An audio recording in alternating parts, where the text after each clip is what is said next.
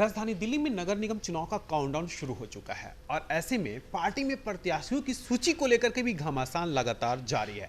कल हमने बातचीत किया था कि कैसे परवेश साहिब सिंह वर्मा के लिए टिकट देना कितना मुश्किल हो रहा है और जातिगत समीकरण को साधना कितना मुश्किल हो रहा है। आज हम बात करेंगे आम आदमी पार्टी के नेता पर, यानी नजफगढ़ विधानसभा में आम आदमी पार्टी के विधायक कैलाश गहलोत, जो कि दिल्ली सरकार में मंत्री भी हैं और परिवहन विभाग जैसे बड़े मंत्रालय पर सुशोभित भी हैं। इसके बावजूद भी नजफगढ़ विधानसभा में चारों वार्डों पर किस तरह से चयन किया जाएगा, जातिगत समीकरण को कैसे साधा जाएगा, या फिर किन किन परिस्थितियों में वो कौन से उम्मीदवार होंगे जो चुनाव जीतने में सफल हो सकते हैं, इन सभी मुद्दों पर चर्चा करेंगे हम सतीश गौड़ के साथ, SK गौड़ के साथ। गौड़ साहब, क्या लगता है आपको आम आदमी पार्टी चुनाव जो है उसके चयन प्रक्रिया में क्या आजमा रही होगी? इसमें जो सबसे अधिक अनुचित समस्या है ना, वो ये आती है कि जो प्रत्याशी टिकट मांग रहे हैं ना, उनसे अधिक समस्या टिकट देने वालों को आ रही है। अब ये नजफगढ़ विधानसभा क्षेत्र है हमारा, किसी समय ये टोटली जाट बाहुल सीट हुआ करती थी। आज यहाँ बाहर का इतना इंसान हो गया है, क्योंकि हमारे जो पास में ये आपकी centre reserve police force CRP आने से क्या हुआ है कि आज यहाँ पूरा हिंदुस्तान बसता है, और हिंदुस्तान बसने की वजह से यहाँ हर जाति, हर धर्म, हर मजहब, हर क्षेत्र का पूरा हिंदुस्तान यहाँ बसा हुआ है। तो अब इसका समीकरण कुछ अलग हो गया है, और पहले इसके 5 वार्ड हुआ करते थे, अब इसके 4 वार्ड हैं, 126, 127, 128, 129। चारों वार्डों के लिए मेरे विचार से जो हमारे यहाँ हाई कमान, इसका आप पार्टी का तो है ही, यही बीजेपी के सामने समस्या है, यही प्रवेश जी के सामने है, वही कैलाश जी के सामने है।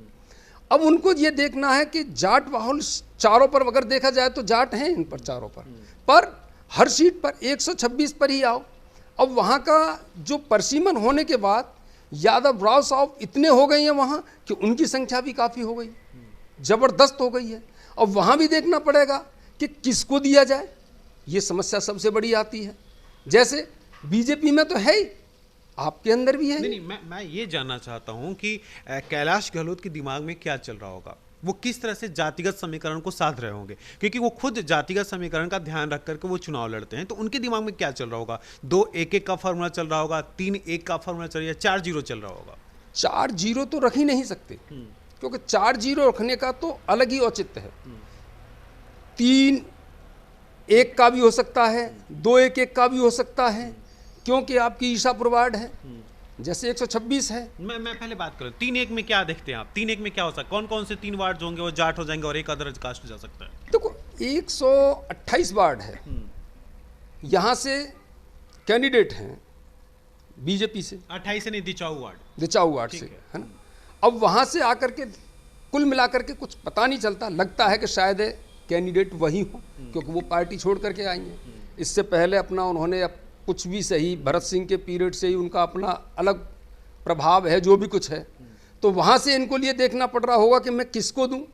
किसी पूर्वा बीजेपी या आम आदमी पार्टी सोच रही होगी मैं किसको दूं, तो उसके बारे में वो भी जाट बाहुल है, शौकीन बाहुल है, क्योंकि वहाँ से शौकीन है दिचाऊ से, तो वो सोच रहे होंगे किसी शौकीन को तो वो भी जाट आ जाता है। 129 में जाओ तो वहाँ से उनके लिए सतपाल मलिक है, तो इधर से क्या लेंगे? एक समीकरण और ध्यान रखें आप कि मेल फीमेल भी इसमें कहीं ना कहीं मायने रखता है। अगर आप गौर से देखें तो मतलब सिर्फ जातिगत समीकरण के साथ साथ महिला और पुरुष या जनरल सामान्य वो भी मायने रखता है, तो ये भी थोड़ा सा मतलब गिनना जरूरी है हम लोग के लिए। नहीं देखो, महिला में एक चीज़ आ जाती है हमारी, आज का जो अनुज जी ऐसा हो गया है कि जो प्रत्याशी तैयारी करता है ना, जेंट्स करता है तैयारी, जब वो देखता है कि महिला हो गई तो वो अपनी पत्नी को आगे कर देता है। लेकिन ऐसे बहुत से नेता हैं जो बहुत कारगर उपाय में, जैसे कि 100 आपके इसमें। मैं इसलिए जानना चाहता था कि आम आदमी पार्टी को थोड़ा सा कैलकुलेट करना मैं चाहता हूं कि वो अगर 3 के कॉम्बिनेशन में आम आदमी पार्टी जाती भी है तो वो 3 कौन से जाट बाहुल होंगे जहां पे उनके पास नेता है, कोई महिला नेता है? अगर नहीं है तो फिर तो उनके पास नेता ही नहीं है ना। नहीं, महिला नेताओं में जैसे कि मान लो अब ये 126 में है, 126 में मैं देखता हूँ कि वो मांगती हैं आपकी टिकट, ये एक नाम सुना है उनका, सुरेंद्र खराब के घर से उनके घर से भी हो सकती हैं। क्योंकि आम आदमी पार्टी के पास कैंडिडेट की बात हो रही है कि अगर वो मतलब देते हैं, अगर वो टिकट देते हैं, तीनों का कॉम्बिनेशन बनाते हैं, तो क्या चल रहा होगा कैलाश गहलोत के दिमाग में, मैं ये जानना चाहता हूँ बस। कैलाश गहलोत के दिमाग में यही आ रहा होगा कि अगर मान लो 127 से आती हैं तो 127 से उनके दिमाग में, चलिए 26 ईसापुर वार्ड किसको देंगे वो टिकट, जाट या नॉन जाट? जाट या फिर राव साहब, मतलब नॉन जाट भी जा सकते हैं। 27 नजफगढ़, 27 से आपके जाट है, इधर से आपके जैसे संजय गिरधर है नॉन जाट में भी आते हैं, हो सकता है इधर भी चली जाए, कंफर्म नहीं कह यहाँ सकते। भी जाट और नॉन जाट। 28 दिचाऊ वार्ड, दिचाऊ वार्ड में शायद है वो केशव चौहान भी हो सकते हैं, जैसे मैं देखता हूं उनको, वरना किसी न किसी जाट को ही लाएंगे वो भी। यानी वहाँ भी जाट और नॉन जाट। 29 रोशनपुरा वार्ड, वहाँ शायद है वो किसी ब्राह्मण को ला सकते हैं, क्योंकि पहले भी जो समीकरण था रोशनपुरा वार्ड का वो बिल्कुल भिन्न था।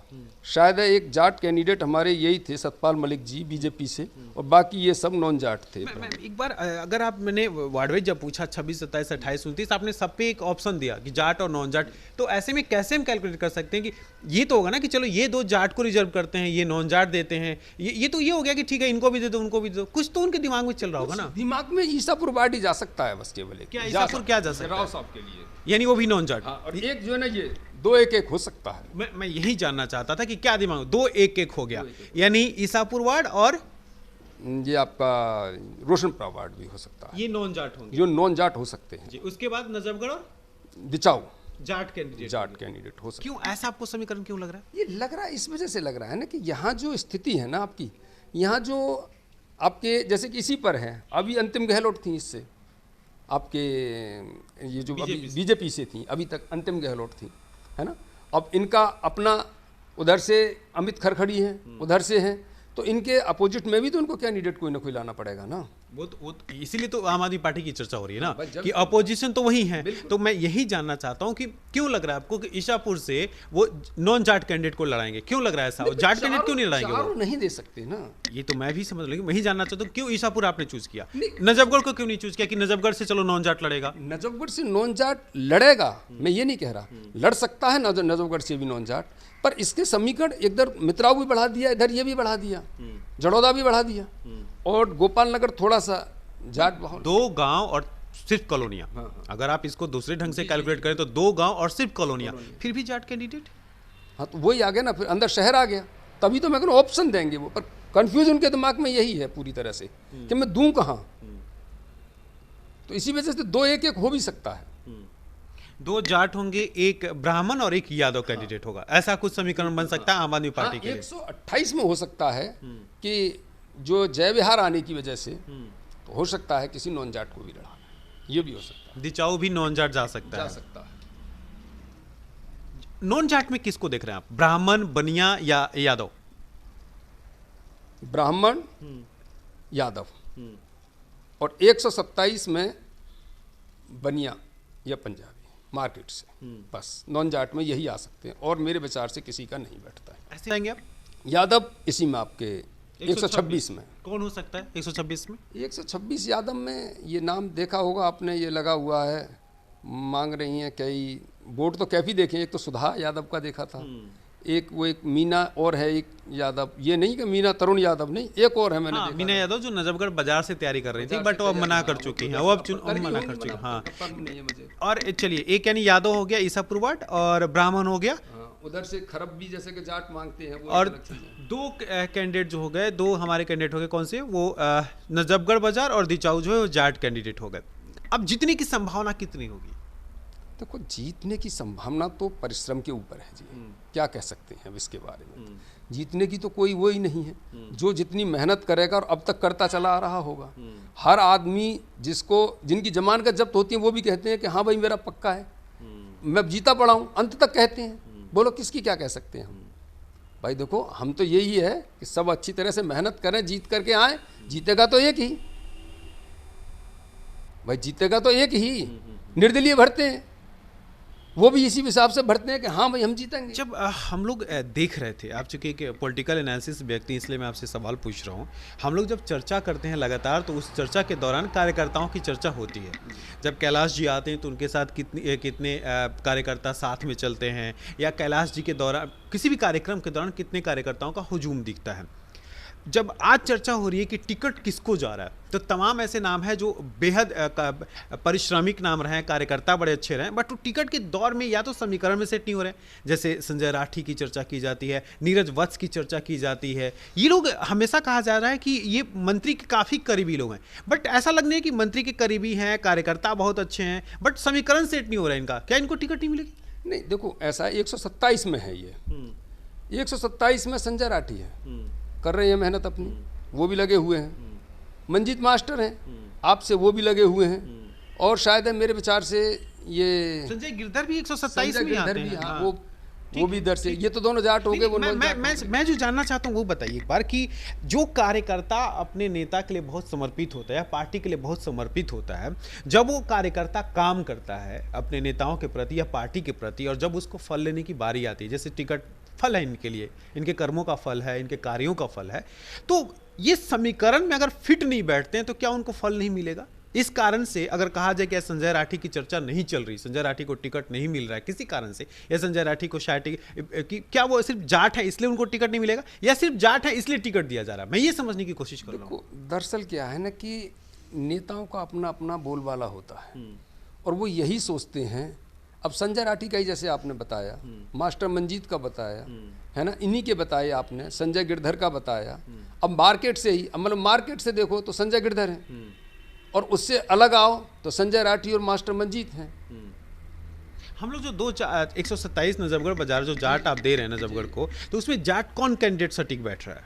नहीं, ये देखो, अब ये तो कैलाश जी देखें, उनकी पार्टी देखेगी, पर जो मेहनत कर रहे हैं जैसे संजय हैं आपके, ये संजय गिरधर तो जाट कैंडिडेट है ही नहीं, नॉन जाट।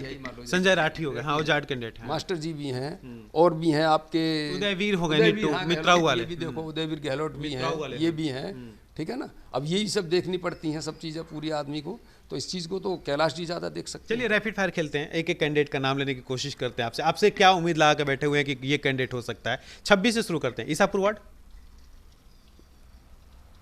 शायद हो सकता है, अधिक मेहनत में तो सुरेंद्र खरब हो सकता है जहाँ तक। 27 नजफगढ़? 27 में तो काफ़ी हैं, ज़बरदस्त यही लड़ाई भी है, 27 में ही एक लड़ाई भी है, कैंडिडेटों की लिस्ट अधिक से अधिक दिख जाती है। संजय राठी भी हैं, मास्टर मंजीत भी हैं, उदयवीर गहलोत भी हैं, और आपके ये संजय गिरधर भी, बहुत से नाम आ रहे हैं। 28 और 28 में ये केशव चौहान का नाम सुना है। 29 रोशनपुरा? रोशनपुरा में आपके नरेश शर्मा ही हैं, देखा होगा। ये जो नाम है ये महत्वपूर्ण है, और ये चर्चाएं भी महत्वपूर्ण है। वो इसलिए क्योंकि समझना बेहद जरूरी है कि नजफगढ़ एमसीडी के चुनाव से ही दिल्ली सरकार के चुनाव या विधानसभा के चुनाव को अंदाजा लिया जा सकता है कि किस तरह से जातिगत समीकरण है वहाँ पे, और उस समीकरण को कैसे साधा जा सकता है। वक्त तय करेगा कि कैलाश गहलोत किस पे विश्वास करते हैं और किसको टिकट देते हैं, लेकिन इतना तो तय है कि अगर कार्यकर्ताओं को टिकट नहीं मिलती है तो उस पार्टी में फूट पड़ना लाजमी है।